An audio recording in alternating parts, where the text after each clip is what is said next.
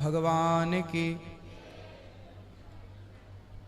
जिसका प्रश्न है आध्यात्म जगत से जुड़ा हुआ वो अपने हाथ उठा सकते हैं। किन किन का प्रश्न है? लो खड़े हो जाओ आप।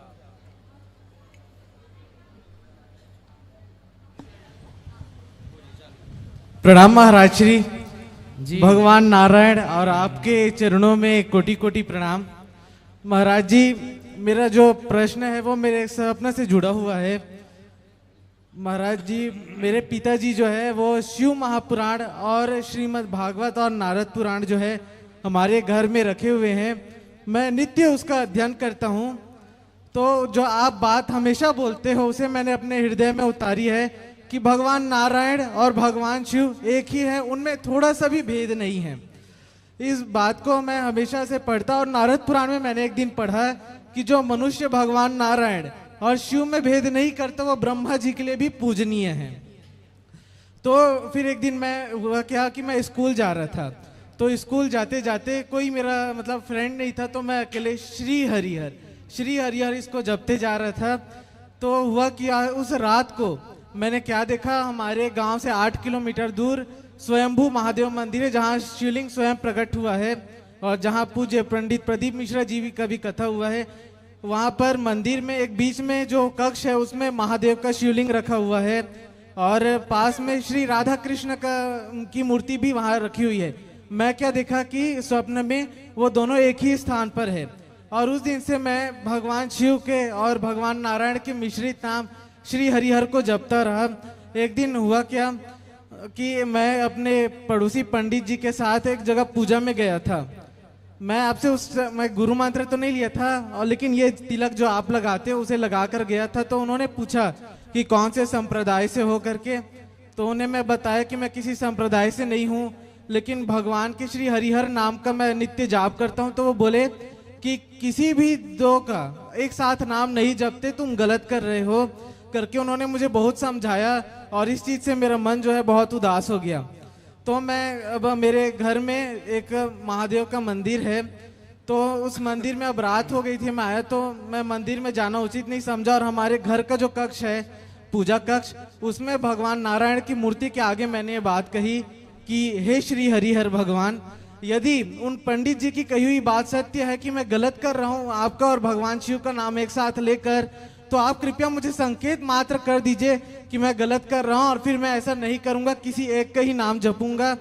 तो फिर उस टाइम मैं सुबह रनिंग में जाता था। मुझे अच्छे से याद है कि सुबह 4:30 बजे का समय था। मैं स्वप्न में देखा कि मैं टीवी चालू किया हूँ और टीवी में भगवान नारायण शेष की शैया पे बैठे हुए हैं और वो बोल रहे हैं कि तुम जो कर रहे हो उचित कर रहे हो, त्यागना मत और भयभीत मत होना। तो मैं इसमें समझ तो गया, लेकिन भयभीत मत होना का अर्थ मैं नहीं समझ पाया कि भगवान मुझे क्या संदेश देना चाहते हैं। भयभीत का अर्थ ये भगवान कह रहे हैं कि कोई आपको बरगलाए, कोई आपको कुछ कहे तो उनकी बात सुन के आप भय मत करना कि भाई हम गलत कर रहे हैं। जैसा कि आपको भय हो गया था कि हम गलत तो नहीं कर रहे हैं, तो भगवान ने कहा वो भय नहीं, हरि हरि और ना भेदा, हरि और हर में कोई भेद नहीं है, ठीक है आप भगवान का नाम जपिए बस। तो जो आप कहते हैं कि श्रीमन नारायण जपे, तो इसकी जगह अगर मैं श्री हरिहर जपू तो कुछ गलत नहीं है ना? कोई गलत नहीं है। धन्यवाद गुरुजी। जय श्रीमन नारायण। जय श्रीमन नारायण। महाराज श्री के चरणों में सादर प्रणाम। महाराज जी, कई संत महापुरुष कहते हैं कि जैसे हम रास्ते चलते जा रहे हैं या कहीं तीर्थ स्थल पे गए तो जो भंडारा प्रसादी वितरण हो रहा होता है तो उसको नहीं पाना चाहिए, और या ये कह लें कि बिना दान के नहीं पाना चाहिए। तो ये कहाँ तक सही है या उसकी क्या प्रक्रिया होना चाहिए? ये भ्रम है। सामर्थ्य है तो दे दो, यदि सामर्थ्यवान हो तो दे दो, सामर्थ्यवान नहीं हो तो पाओ प्रसाद, प्रसाद तो प्रसाद है। तो उस प्रसाद को पाने में कोई दोष नहीं है? दोष तो नहीं है। यदि सामर्थ्यवान हो तो आप पाए हो तो 2-4 लोगों को और पवाने की क्षमता के भाव से कि भाई 2-4 लोग और जरूरतमंद लोग यहाँ पा रहे हैं तो इस सहयोग से पा लें। तो आप सामर्थ्यवान हैं तो दे सकते हैं। ठीक ठीक। जय श्री राधे गुरु जी। और किसी का प्रश्न? राधे राधे गुरु जी। जी आपके चरणों में कोटि कोटि प्रणाम। खुश रहिए।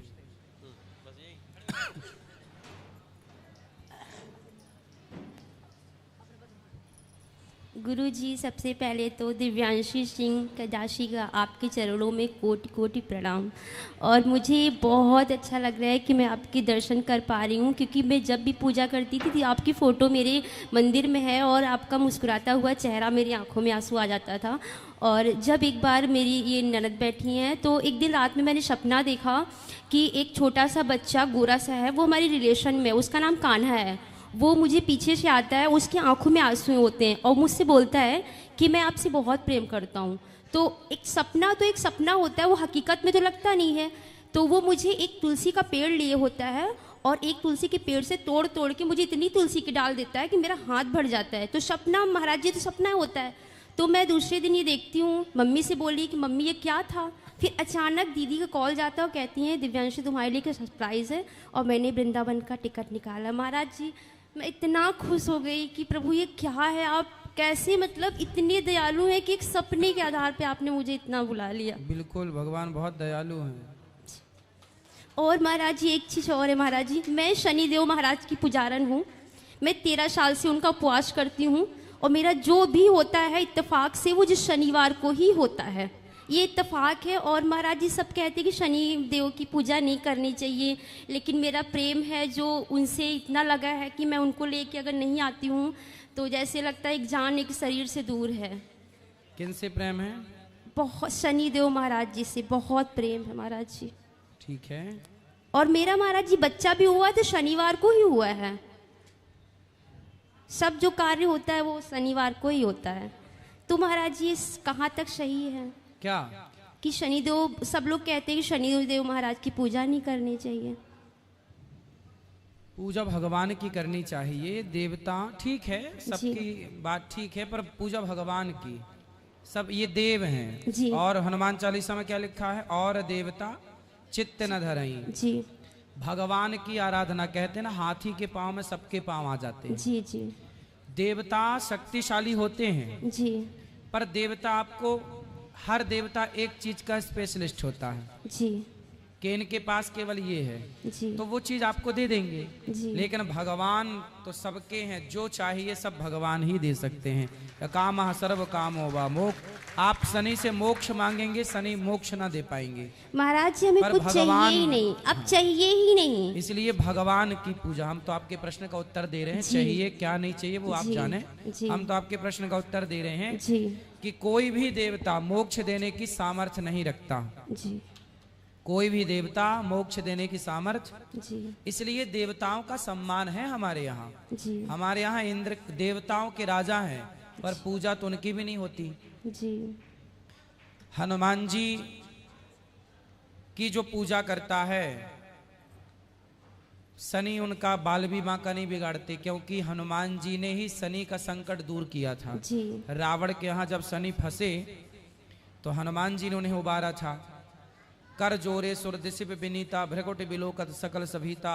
रावण के यहाँ सारे देवता बंदी थे, उन जी। सारे देवताओं को बंधन से श्री हनुमान जी ने मुक्त किया था। इसलिए हनुमान जी की आराधना कर लेने से, क्योंकि हनुमान जी के हृदय में भगवान की आराधना होती है, तो हनुमान जी की कोई आराधना करे तो वो प्रभु राम की आराधना मानी जाती है।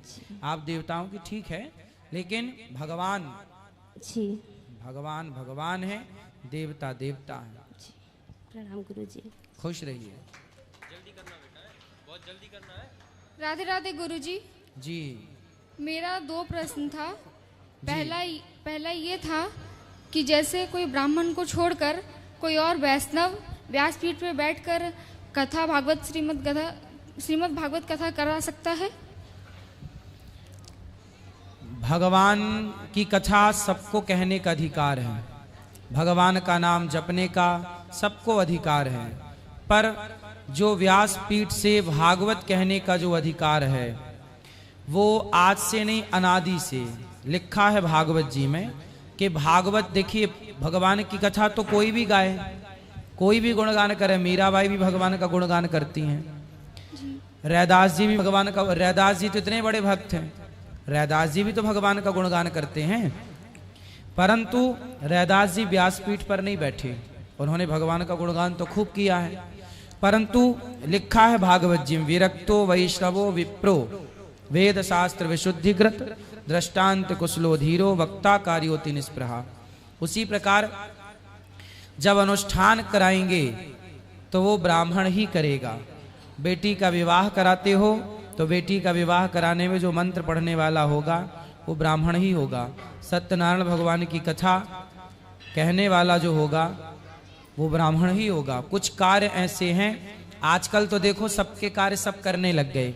जैसे आप बाल बनवाने जाओ, शेविंग कराने जाओ, तो आजकल तो बहुत लोग शेविंग का काम कर रहे हैं, पर पहले एक ही समाज को काम मिला था, केवल नाई ही शेविंग का काम करता था, कुम्हार ही घड़े का काम, माटी का काम करता था, लोहार ही लोहे का काम करता था, सोनार ही सोने का काम करता था।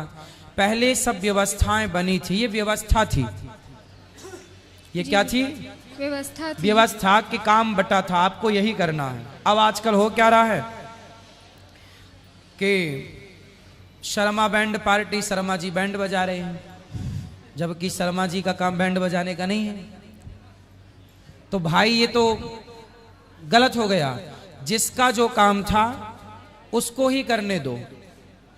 ये परंपरा हमने नहीं बनाई, परंपरा शुरू से बनी आई है, प्राचीन परंपरा है। ब्राह्मण, जैसे ब्राह्मण को कहा कि ब्राह्मण कभी हल नहीं चला सकता, जी। हल चलाना ब्राह्मण के लिए वर्जित है, ब्राह्मण हल नहीं चला सकता। तो ब्राह्मण के कुछ नियम हैं। क्षत्रियों का धर्म है कि आप युद्ध क्षेत्र से भागिए मत, युद्ध कीजिए। अब क्षत्रियों को बाण बना के कौन देगा? लोहार देगा। जी गुरु। कवच बना के कौन देगा? मतलब सबकी व्यवस्थाएं हमारे देश में। आज चिल्ला रहे हैं ना लोग, बेरोजगारी बेरोजगारी बेरोजगारी। आज के 50 साल पहले कोई नहीं बोलता था कि बेरोजगारी है। क्यों? क्योंकि सबका काम फिक्स था कि आपको यही करना है। भाई परंपरा से फिक्स था। सोनार का फिक्स था, सोनारी करना है। लोहार का फिक्स था, लोहारी करना है। सबका फिक्स था। आज तो कोई का काम कोई, है ना। पहले जूते का काम कौन करता था? मोची। मोची भाई ही जूता बनाएंगे। अब मोची, अब जूते का काम बहुत लोग कर रहे हैं, पंडित भी कर रहे हैं, छत्री भी कर रहे हैं, वैश्य भी कर रहे हैं। भाई ये तुम्हारा काम नहीं है। उसकी रोजी रोटी क्यों छीन रहे हो? मोची का ही काम है जूते का, तो मोची को बनाने दो जूता, उसका बिजनेस बढ़ने दो, उसका व्यापार बढ़ने दो, उसका काम होने दो। जिसका काम जो है उसको करने दो ना। लोहार को अपना काम करने दो, कुम्हार को अपना काम करने दो, ब्राह्मण को अपना काम करने दो, क्षत्रियों को अपना काम करने। हमारे देश में बताइए, सच बताइए, क्या 100 साल पहले, 70 साल पहले बेरोजगारी थी हमारे देश में? जी नहीं। क्यों नहीं थी? सब व्यवस्थित था। अब होता क्या है, पंडित जी का काम, बाकी लोग सोच रहे हैं कि हम भी भागवत सुनाने लग जाएं, हम भी काम करने लग जाएं। भाई जिसका जो कार्य है उसी को करने दिया जाए। दूसरे का कार्य दूसरा नहीं कर सकता, दूसरे के लिए दूसरे का कार्य बना ही नहीं है।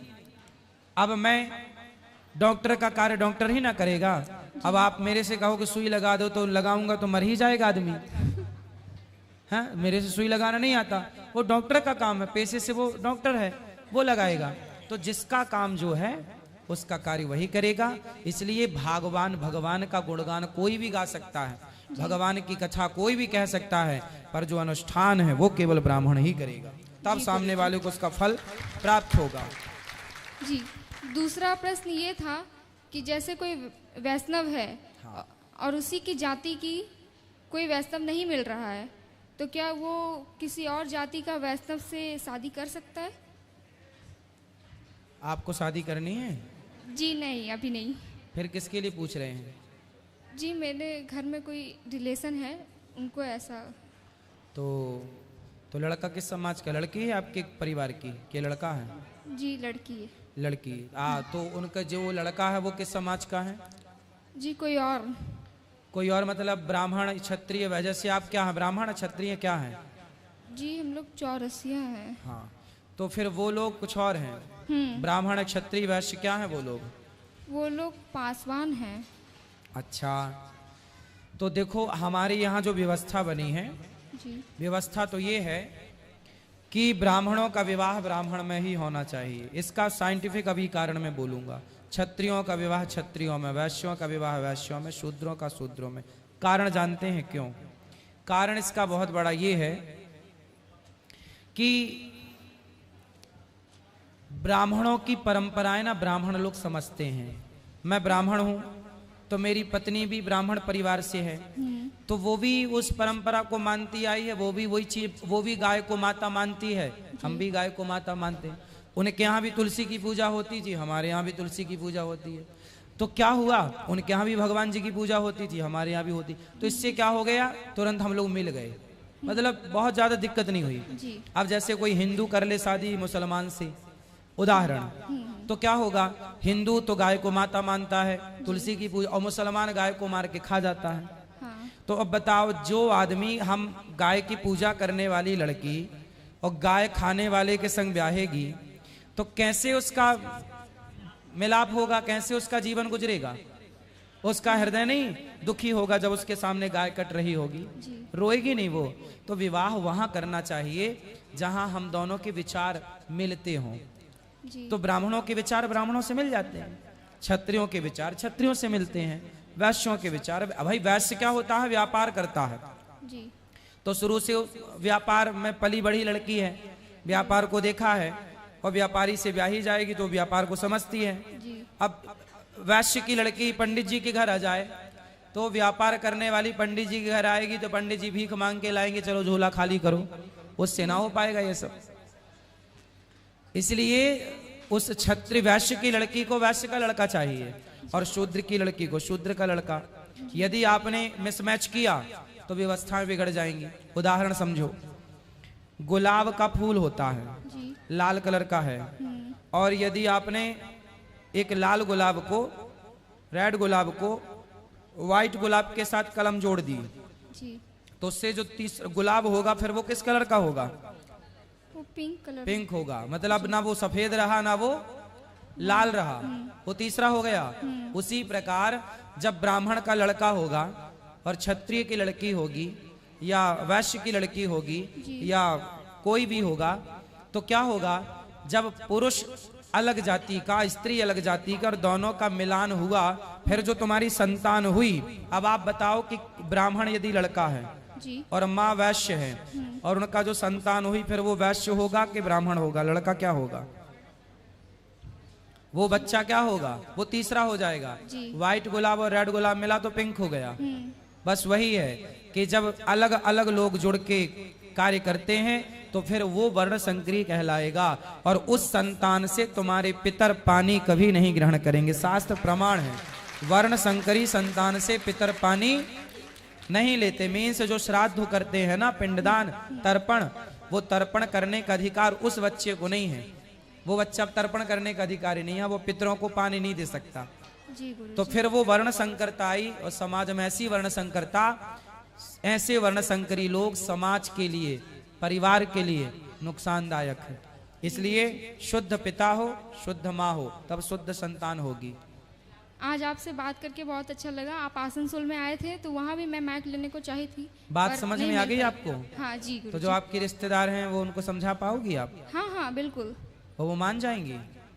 हाँ मान जाएंगे। फिर ठीक है, मनाने की कोशिश करूंगी। ठीक है। मेरे घर पे माँ और मेरे भाई बहन है, उन्हें राधे राधे कर दीजिए। सबको राधे राधे राधे। जी गुरु जी। राधे राधे गुरु जी। जी। ये मेरी भगनी थी, हाँ, वही प्रश्न कर रही थी जी। और आपके कृपा से मेरे फैमिली वालों पे बहुत परिवर्तन हुआ। वो लोग को हम लेके आए, हम आपसे गुरु दीक्षा आसनसोल में लिए थे। बाकी ये लोग सब मांस मच्छी मुर्गा उर्गा सब खाते थे, पर हम लिए थे आसनसोल में तो हम घर पे नहीं बनाते थे। मेरे बेटा बेटी नहीं खाते थे, पर फिर कुछ दिन में खाने लगे। पर आपके कृपा से, गोविंद के कृपा से उनको हम वृंदावन धाम लाए, और बहुत ये लोग गेम खेलता है। मेरी बेटी भी आई है, रूम पे बेटा भी है और मेरे ससुर भी हैं, पर वो लोग डर के मारे नहीं आए कि ये लोग शिकायत जाके महाराज जी से करेंगे। पर बेटी को समझा दीजिए, ये गुरु दीक्षा नहीं लिए, पर पति और मेरे बेटा ले लिए हैं, पर बेटी नहीं लिए। थोड़ा इसको समझा दीजिए गुरु जी। समझाते हैं, समझो बेटा। राधे राधे गुरु जी। राधे राधे। क्या समझाना है इनको? मांस खाती है ये? मांस खाती है, गुरु दीक्षा नहीं ली। क्या खाती हो आप मांस में? मछली, मुर्गा, बकरा, आदमी, मुर्गा। भैंस? क्या मुर्गा? मुर्गा खाती हो? हाँ। और मछली? ना, क्यों मछली क्यों नहीं खाती हो? नहीं अच्छा लगता। मुर्गा अच्छा लगता है? हाँ। और बकरा? ना। सिर्फ मुर्गा। और मुर्गी? मुर्गी भी खाती हो? हाँ शायद अन- सेम ही होता है ना। सेम कैसे हो जाएगा? हमको नहीं पता, पापा लेके आते थे तो खाते थे। अच्छा ये बताओ, मुर्गा को दर्द वर्द होता होगा कि नहीं उसको मारने में? हाँ होता है। हाँ। आपकी एक उंगली काट के दे दो, हम लोग भी यहाँ खाएंगे। नहीं नहीं? क्यों क्यों नहीं दोगी आप अपनी एक उंगली? दर्द देगा। दर्द होगा ना? तो आपकी एक उंगली काट दी जाए तो इतना दर्द होगा, और आप अपने स्वाद के लिए बकरे को काटते हैं, उसको नोच डालते हैं उसके पंखों को, उसको दर्द नहीं होता होगा? होता है। तो क्यों खाते हो? आपको नहीं लगता कि आप गलत कर रहे हैं, जीव हत्या कर रहे हैं? आप किसी मरे हुए मुर्गे को जीवित कर सकती हो? नहीं। जब मरे को जीवित नहीं कर सकती हो बेटा, तो जिंदा को मारने का अधिकार किसने दिया? किसी ने नहीं। क्यों मारती हो फिर?